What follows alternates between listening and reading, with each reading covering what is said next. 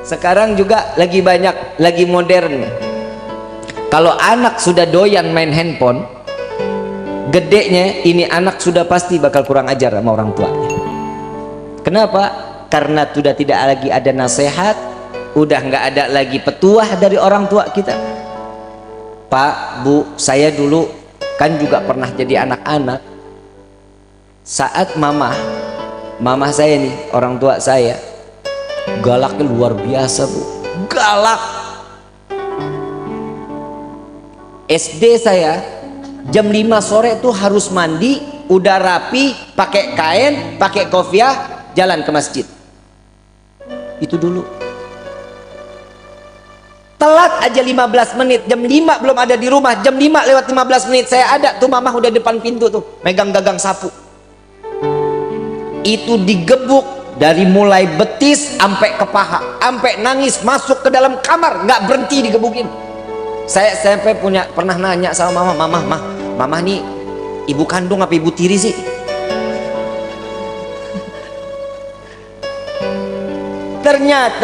Ternyata itu obat. Kenapa? Yang digebuk bukan diri kita, tapi syaitan yang ada di diri kita. Berasa sekarang ternyata didikan orang tua tuh nggak pernah salah. Ada salah satu sahabat Nabi SAW, saat beliau punya istri, istrinya umur kandungannya 9 bulan. Saat ini anak lahir, ini sahabat Nabi lagi nunggu Nabi SAW dalam keadaan sakratul maut, dalam keadaan naza. Sampai Nabi meninggal, ada pembantunya datang, wahai sahabatku, istrimu telah melahirkan. Setelah pemakaman Nabi, ini sahabat pulang. Begitu pulang ngelihat, istriku sudah melahirkan, sudah. Apa anaknya? Laki-laki. Beri nama dia Muhammad, katanya. Dikasih nama Muhammad. Saat Muhammad kecil umur 1 tahun, setiap bangun malam, sepertiga malam dibangunin tuh anak, suruh bengong ngeliatin bapaknya sholat. Setiap malam dibangunin. Kita tega nggak ngeliat umur anak setahun kita bangunin suruh ngeliatin kita lagi sholat? Nggak bakal tega. Begitu 2 tahun, begitu juga dibangunin setiap sepertiga malam, setiap lagi sholat nggak boleh dalam keadaan tidur, liatin bapaknya lagi sholat. Sampai ini anak umur 3 tahun mulai dibawa ke masjid, diajak sholat ke masjid, duduk sama-sama sama orang tuanya di masjid. Sampai umur 5 tahun Muhammad sudah bisa menghafal Al-Quran. Muhammad sudah mengikuti sunnah Nabi. Puasa Senin Kemis nggak pernah lewat, kadang puasa Nabi Allah Daud. Sunnah semua dijalani. Di Muhammad 5 tahun udah mulai pentes. Mulai nih Muhammad udah mulai nanya-nanya banyak sama ayahnya. Wahai ayahku, dari kemarin aku nih dididik sama dirimu dalam keadaan ini harus sunnah. Apa sunnah ini? Sunnah ini apa yang diajarkan oleh Nabi, itu yang kita jalani. Siapa Nabi itu? Nabi Muhammad SAW. Dia yang mana orangnya?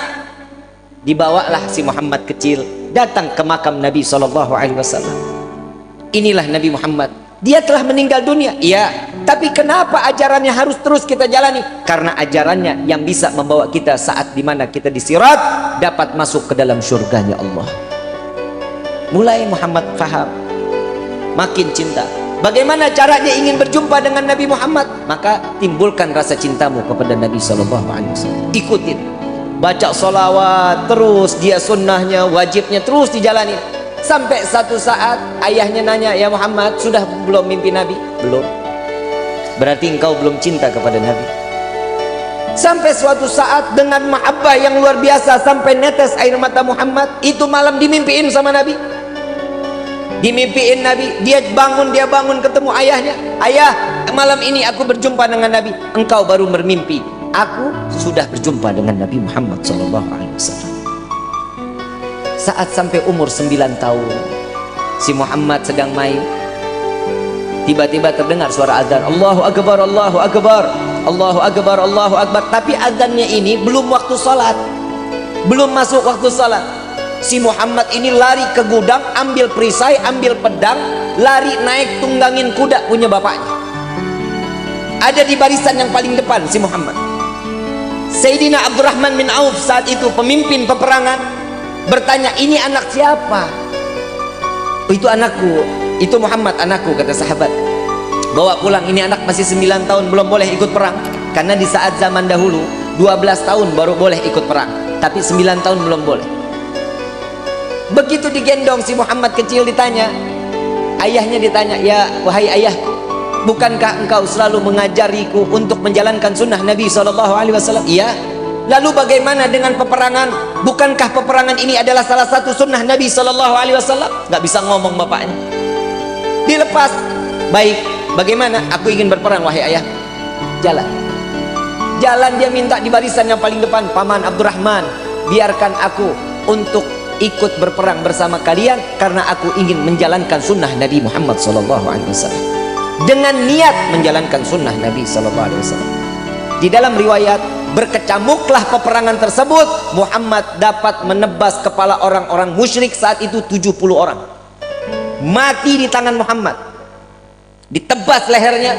Dan di dalam riwayat ada 120 musyrik habis dimatikan oleh Muhammad kecil. Saat setelah peperangan usai, dilihatlah mujahid-mujahid, orang-orang yang mati syahid, dibuka satu persatu. Si bapak ini lagi nungguin Muhammad mana nih, nggak datang-datang. Soalnya dia barisan paling depan dan dia berlari paling kencang paling ke depan. Saat terakhir dia lihat Muhammad kecil, nggak taunya. Di dalam riwayat tersebut, Muhammad dalam keadaan terdapat anak panah, 180 anak panah melesat ke jasad Muhammad. Kepala sudah tinggal dengan kulitnya, kuping sudah nggak ada, tangan sudah nggak ada. Habis Muhammad, mati dalam keadaan yang cukup parah saat itu. Namun ayah dari Muhammad kecil tertawa melihat Muhammad. Sahabat bertanya, wahai sahabatku, apakah kau gila? Kau melihat sahabat engkau menangis, engkau melihat anakmu tertawa. Aku melihat sahabatku, mereka adalah penghuni surga. Aku merasakan bagaimana saat aku kelak di yaumil kiamah, akankah aku berkumpul dengan saudara-saudaraku dan sahabat-sahabatku.